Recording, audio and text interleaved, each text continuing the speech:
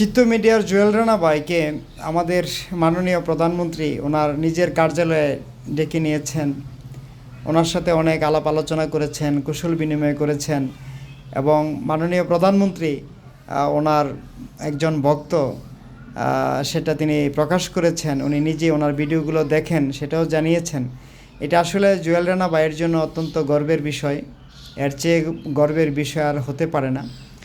তবে এখানে তিনি জুয়েল রানা ভাই যেটা বলেছেন সেটা হচ্ছে যে মাননীয় প্রধানমন্ত্রী ওনাকে বলেছেন যে দেশের জন্য ওনার কোনো পরামর্শ আছে কি না।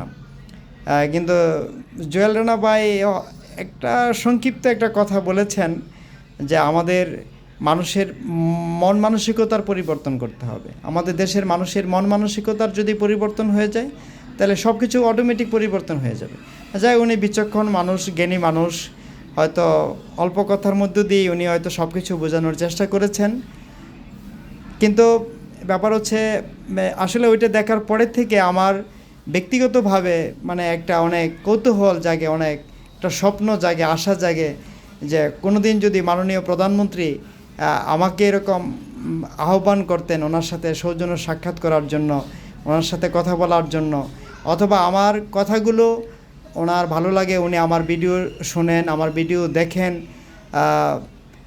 তাহলে মানে আমি সত্যি নিজেকে অনেক ভাগ্যবান মনে করতাম। জানি না সেটা সম্ভব হবে কি না, হতেও পারে, নাও হতে পারে, আল্লাহ পাকই ভালো জানে। তবে আপনারা যারা মাননীয় প্রধানমন্ত্রীর সাথে যদি আমার সাক্ষাৎ হতো, মাননীয় প্রধানমন্ত্রী যদি আমার কাছে পরামর্শ চাইতেন, আমি কিন্তু ওনাকে অনেক পরামর্শ দিতাম।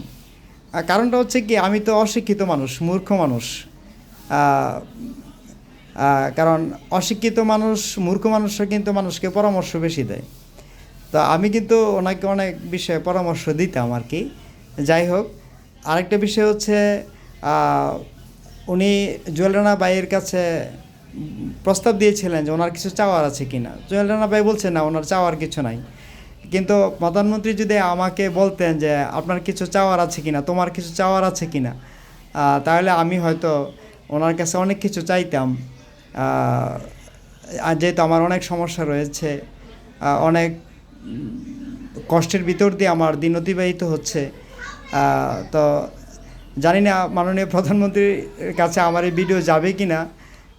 তবে মাননীয় প্রধানমন্ত্রীর কাছে যদি আমার এই ভিডিওটা যায় তাহলে আমার দৃঢ় বিশ্বাস অবশ্যই মাননীয় প্রধানমন্ত্রীর সাক্ষাৎ আমি লাভ করতে পারবো ইনশাআল্লাহ।